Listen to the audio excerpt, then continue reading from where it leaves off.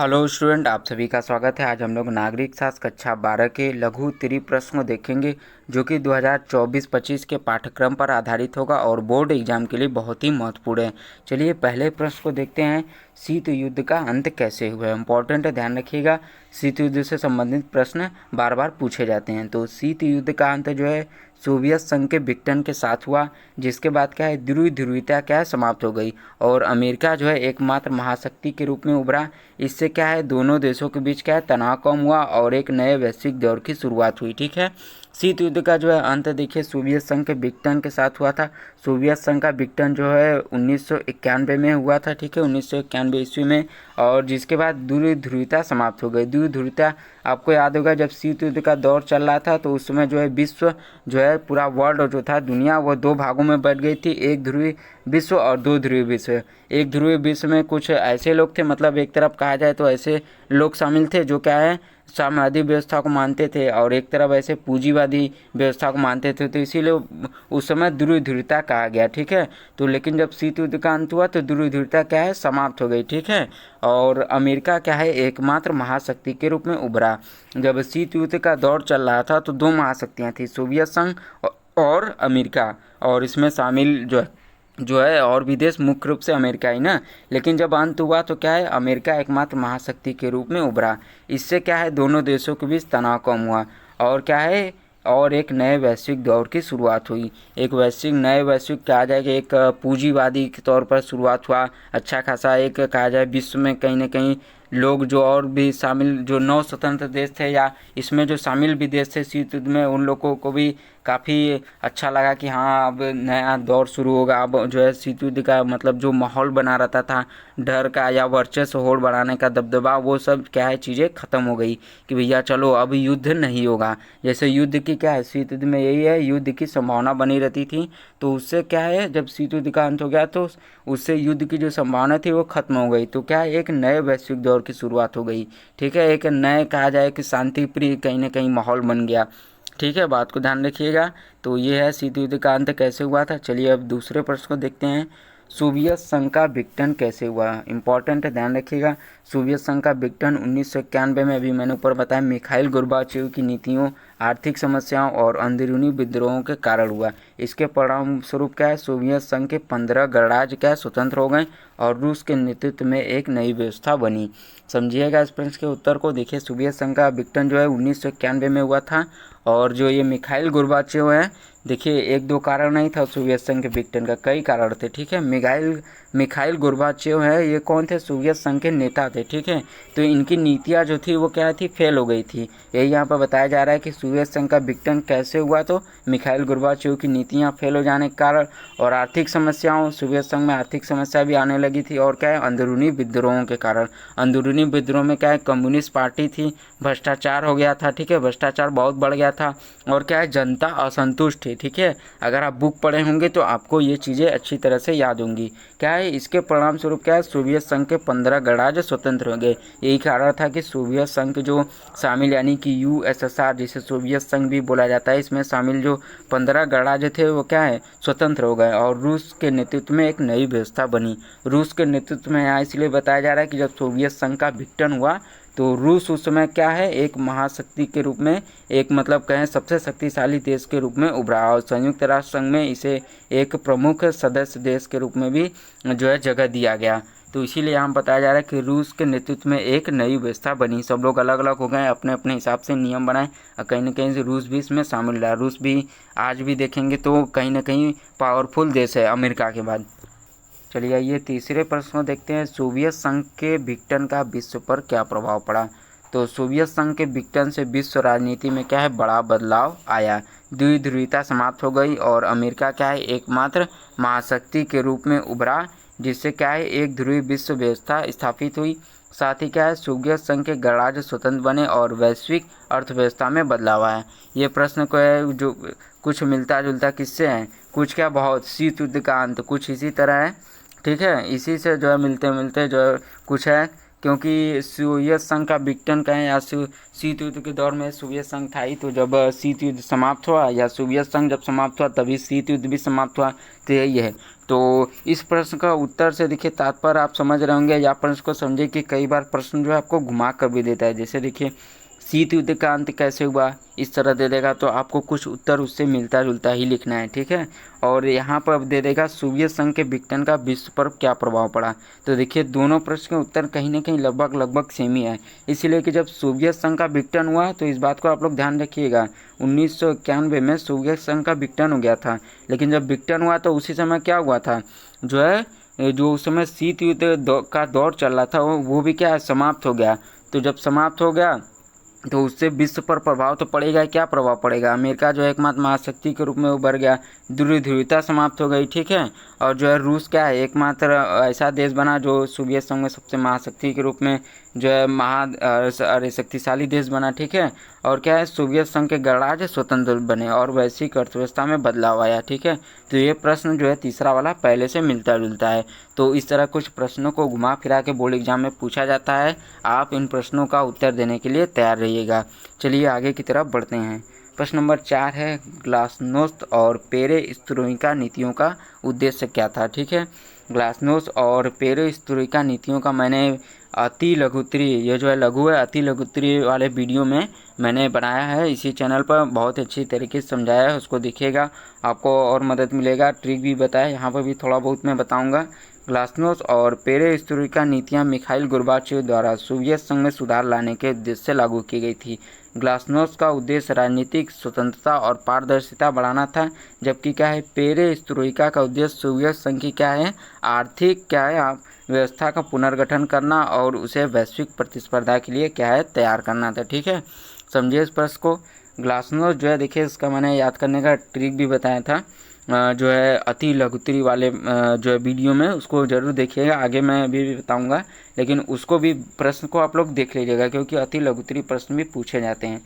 तो देखिए ग्लासनोस्त और जो पेरेस्त्रोइका नीतियाँ थी ये भी मिखाइल गोर्बाचेव, अभी ऊपर मैंने बताया कि ये शीत युद्ध का या ये जो है सोवियत संघ के विघटन के क्या कारण थे, तो कहीं ना कहीं मिखाइल गोर्बाचेव की नीतियाँ भी इसमें शामिल थी। तो इनकी जो नीतियाँ थी ग्लासनोस्त और पेरेस्त्रोइका, ये क्या है फेल हुई थी। मिखाइल गोर्बाचेव कौन थे, सोवियत संघ के नेता, संघ के सुधार लाने के उद्देश्य से लागू किए थे। देखिए ऐसा कोई जो है इनका मकसद नहीं था कि सोवियत संघ को बर्बादी करना है, इनका जो है सोच था कि सोवियत संघ में सुधार लाने के लिए भैया जो है नीति लाएंगे, लेकिन उन्होंने सोचा नहीं था कि ऐसा हो जाएगा। लेकिन क्या है वो नीति फेल हो गई। तो यहाँ पर लेकिन देखिए प्रश्न है उद्देश्य क्या था, तो उद्देश्य यही था, ग्लासनोस्त का उद्देश्य क्या था, राजनीतिक स्वतंत्रता और पारदर्शिता बढ़ाना था, ठीक है, राजनीतिक। और जबकि पेरेस्त्रोइका का उद्देश्य क्या था, सोवियत संघ की आर्थिक व्यवस्था का पुनर्गठन करना और उसे वैश्विक प्रतिस्पर्धा के लिए क्या है तैयार करना था, ठीक है। देखिए जो ग्लासनोस्त लाया गया था वो राजनीतिक स्वतंत्रता, क्योंकि राजनीति में क्या था एक ही पार्टी थी, कम्युनिस्ट पार्टी, तो कहीं ना कहीं राजनीति पर ध्यान दिया और पारदर्शिता बढ़ाना था, ठीक है। और जबकि पेरेस्त्रोइका का उद्देश्य क्या था, सोवियत संघ की आर्थिक, क्योंकि सोवियत संघ की आर्थिक व्यवस्था भी धीरे धीरे डाउन जा रही थी, इसीलिए उसका पुनर्गठन करना भी जरूरी था, इसीलिए पेरेस्त्रोइका नीति लाई गई। और क्या है उसे वैश्विक प्रतिस्पर्धा के लिए तैयार करना था, विश्व में कोई भी जो है आए मामला सामना या विश्व स्तर पर उसे कहीं ना कहीं मजबूत करना था, इसीलिए लाया गया था। लेकिन ये नीतियाँ फेल हो गई थी। तो यही क्या है ग्लासनोस्त और पेरेस्त्रोइका नीतियों का उद्देश्य था। चलिए आइए प्रश्न नंबर 5 को देखते हैं। शीत युद्ध के बाद नाटो का क्या महत्व था, इंपॉर्टेंट प्रश्न है। शीत युद्ध के बाद भी नाटो का महत्व बना रहा है। नाटो के बारे में बता दूं आपको, 4 अप्रैल, ध्यान रखिएगा 4 अप्रैल, ठीक है, 4 अप्रैल 1949 ये क्या है स्थापना हुआ था नाटो का। उस समय जब हुआ तो 12 देश इसमें शामिल थे, 12 सदस्य देश। 4 अप्रैल 1949 को हुआ था, कहाँ पर, वाशिंगटन के डीसी में। ध्यान रखिएगा, मैं बार बार आपको बताता रहता हूँ, क्योंकि ये पूछा जाता है ऑप्शनल में, बहुविकल्पी कई तरीके से इसको पूछ देता है, ठीक है, इसीलिए बताता रहता हूँ हर वीडियो में। और इस बार मैं आपसे पूछूंगा कि वर्तमान में इसका मुख्यालय क्या है, ये आप कमेंट करके मुझे बताइए। उस समय जब बना था 4 अप्रैल 1949 वाशिंगटन के डीसी में बना था, 12 सदस्य देश शामिल थे। आज के समय इसमें कितने देश हैं और इसका वर्तमान में मुख्यालय कहाँ है, ये मुझे आप कमेंट करके बताइएगा। तो चलिए आगे इसको देखते हैं। क्योंकि यह क्या है पश्चिमी देशों के बीच सुरक्षा और रक्षा सहयोग का क्या है प्रमुख संगठन रहा है, और क्या है, नाटो ने सोवियत संघ के विघटन के बाद का यूरोपीय और अमेरिकी सुरक्षा को सुनिश्चित करने में अहम भूमिका निभाई। ठीक है, तो पूछा जा रहा था शीत युद्ध के बाद नाटो का क्या महत्व था। देखिए, जब शीत युद्ध का अंत हो गया तो नाटो का भी महत्व रहा, क्योंकि अमेरिका द्वारा यह संगठन बनाया गया था। और शीत युद्ध के बाद ही क्या है, अमेरिका जो था, यूएसए यानी कि यूनाइटेड स्टेट ऑफ अमेरिका, ये क्या महाशक्ति के रूप में उभरा। तो इसके द्वारा बनाए गए नियम कानून तो रहेंगे। नाटो, ध्यान रखिएगा, ये आज भी है। ठीक है, इसीलिए मैंने इसके बारे में आपको कमेंट करके बताने के लिए कहा कि इसका वर्तमान में मुख्यालय क्या है और वर्तमान में कितने देश इसमें शामिल है। तो जब शीत युद्ध के बाद भी ख़त्म हो गया शीत युद्ध, तब भी इसका महत्व बना रहा है, क्योंकि ये क्या है, पश्चिमी के जो देश हैं वेस्टर्न वाले, उनके बीच क्या है, सुरक्षा और रक्षा सहयोग का प्रमुख संगठन है। ठीक है, ध्यान रखिएगा, अभी भी है। और नाटो ने क्या है, सोवियत संघ के विघटन के बाद यूरोपीय और अमेरिकी सुरक्षा को सुनिश्चित करने में अहम भूमिका निभाई। आज भी है ये नाटो समझौता होता है कि अगर आपके एक देश हमला करेगा तो हम लोग मिलकर मारेंगे, तो उसमें आज भी बहुत सारे देश शामिल है। तो शीत युद्ध के बाद भी नाटो का कुछ इस तरह महत्व रहा। चलिए आइए प्रश्न नंबर 6 को देखते हैं। शीत युद्ध के बाद रूस की स्थिति कैसी थी। तो देखिए, शीत युद्ध के बाद रूस कमज़ोर आर्थिक स्थिति में था और सोवियत संघ की महाशक्ति की स्थिति समाप्त हो चुकी थी। ठीक है, सोवियत संघ की महाशक्ति की स्थिति समाप्त हो चुकी थी। हालांकि क्या है, रूस ने धीरे धीरे खुद को आर्थिक और राजनीतिक रूप से क्या है, पुनर्गठित किया, लेकिन अमेरिका जैसी महाशक्ति के मुकाबले में वह काफ़ी पीछे रहा। समझिएगा प्रश्न के उत्तर को। देखिए, शीत युद्ध के बाद रूस की स्थिति जो है कमज़ोर थी। क्योंकि शीत युद्ध के बाद जो है रूस भी किसमें शामिल था, भले ही ये सबसे बड़ा देश रहे, एक शक्ति के रूप में बड़ा शक्ति था, जो है इसे जो है संयुक्त राष्ट्र संघ में सदस्यता दी गई, वीटो पावर भी दिया गया, लेकिन जो है इसकी जो है आर्थिक स्थिति कमज़ोर में थी। क्योंकि ये सोवियत संघ में शामिल था। और जब विघटन हुआ तो उस समय जो क्या है, सोवियत संघ की जो है आर्थिक व्यवस्था जो है बहुत ही ख़राब थी। तो जाहिर सी बात है, रूस भी उसमें शामिल था, तो रूस की भी आर्थिक स्थिति खराब ही रहेगी, जो आर्थिक व्यवस्था थी। और क्या है, महाशक्ति और सोवियत संघ की महाशक्ति की स्थिति समाप्त हो चुकी थी। सोवियत संघ की जो महाशक्ति की स्थिति थी वो भी समाप्ति हो चुकी थी। इसको थोड़ा समझिएगा, जो है सोवियत संघ में रूस जो है सोवियत संघ में शामिल था। तो सोवियत संघ की जो महाशक्ति थी शीत युद्ध के पहले, वो क्या है, रूस के पास भी थी, लेकिन जैसे ही सोवियत संघ जो है टूटा, उसके जो उसमें कमजोरी आएगी वो रूस में भी आएगी। तो यही हाल हुआ था। तो रूस क्या है, कमज़ोर हो गया था। हालांकि ये क्या है, रूस जो है धीरे धीरे खुद को आर्थिक और राजनीतिक रूप से पुनर्गठित किया, लेकिन क्या है, अमेरिका जैसी महाशक्ति के मुकाबले में काफ़ी पीछे रह गया। यही वजह है कि दोस्तों युद्ध वगैरह जो है, भारत जैसे देश और भी देश लोग क्या है, युद्ध में शामिल नहीं हुए थे उस समय, क्योंकि जब एक बार टूट जाते हैं तो आपको उभरने में, वापस करने में बहुत समय लगता है।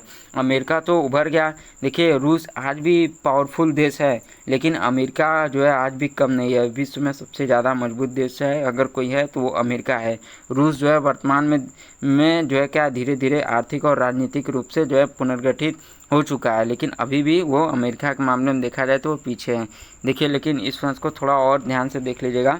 देखिए, आज के मुकाबले में बहुत ज़्यादा कंपैरिजन मत करने लगिएगा। ये जो है आपके पाठ्यक्रम के आधार पर प्रश्न है ना, ये केवल इतना पूछा जा रहा है कि शीत युद्ध के बाद रूस की स्थिति कैसी थी। ठीक है, कुछ लोग आज के समय में कंपैरिजन करने लगेंगे, वो ठीक है, लेकिन ये केवल पूछा जा रहा है शीत युद्ध के बाद। ध्यान रखिएगा, रूस की स्थिति कैसी थी। तो शीत युद्ध के बाद रूस की स्थिति कैसी थी उसके बारे में बताना है, न कि आज के समय में भी देखा जाए तो अमेरिका ही कहीं ना कहीं महाशक्ति के रूप में एक है, न कि रूस है, लेकिन अमेरिका के बाद। ठीक है, प्रश्न नंबर 7 को देखते हैं। सोवियत संघ के विघटन के बाद कौन कौन से नए स्वतंत्र देश बने। तो सोवियत संघ के विघटन के बाद कुल 15 नए स्वतंत्र देश बने थे।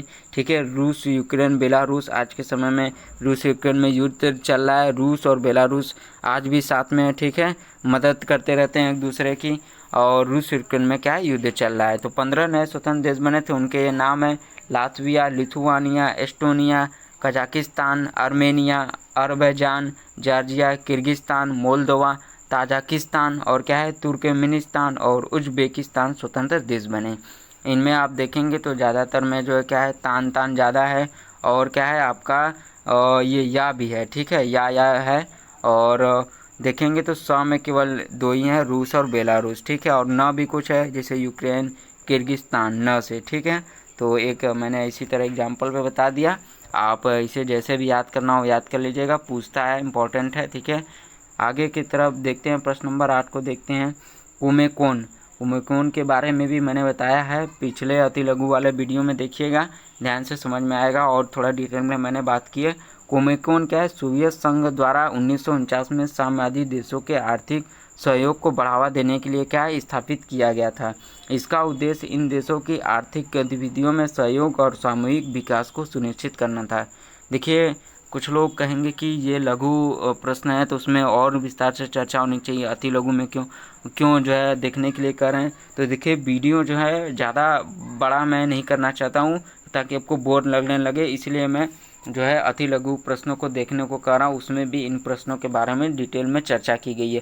जो प्रश्न मुझे लग रहा है कि उस वीडियो में है, इसीलिए मैं जाने के लिए आपको कह रहा हूँ। और अति लघु प्रश्न भी आपके लिए ज़रूरी है, ठीक है। यहाँ पर मैं अगर ज़्यादा डिटेल में चर्चा करने लगूंगा तो वीडियो बड़ा हो जाएगा। वीडियो ऑलरेडी बड़ा हो चुका है, इसीलिए हम इसको शॉर्ट में समझते हैं। कुमेकोन देखिए, सोवियत संघ द्वारा 1949 में साम्यवादी देशों के आर्थिक सहयोग को क्या है, बढ़ावा देने के लिए स्थापित किया गया था, ठीक है।